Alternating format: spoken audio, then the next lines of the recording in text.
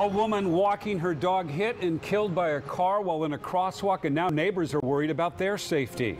I'm so worried that I tell them to cross at the crosswalk. Well, the woman was in the crosswalk when she got hit.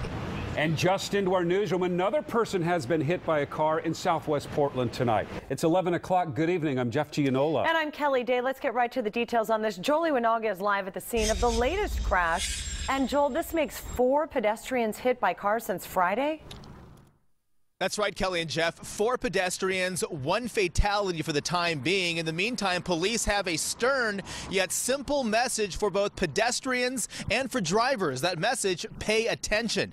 Take a look now, the latest being 8 o'clock tonight. A woman crossing the street here on southwest Terwilliger was struck by a Volvo. The driver remained in her vehicle. She is cooperating with police. Drugs and alcohol do not appear to be factors in the crash. The victim, a 31-year-old woman, she was rushed to the hospital by ambulance. Her condition tonight is not known. Now, as mentioned just a few hours earlier, another woman crossing busy Northeast Glisan Street in a marked crosswalk was struck and killed as neighbors beg for more traffic lights in the area. It's just sad.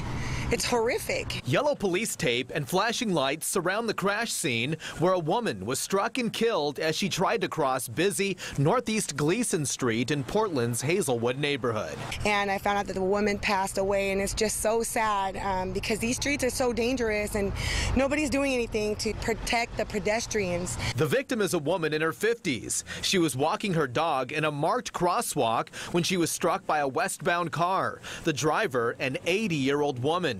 The victim was pronounced dead on scene. Her dog survived. Without really placing, judgment or blame on anybody in any of these cases, there's really 2 words that everybody needs to hear. Pay attention. Pay attention, whether you're the driver or pedestrian.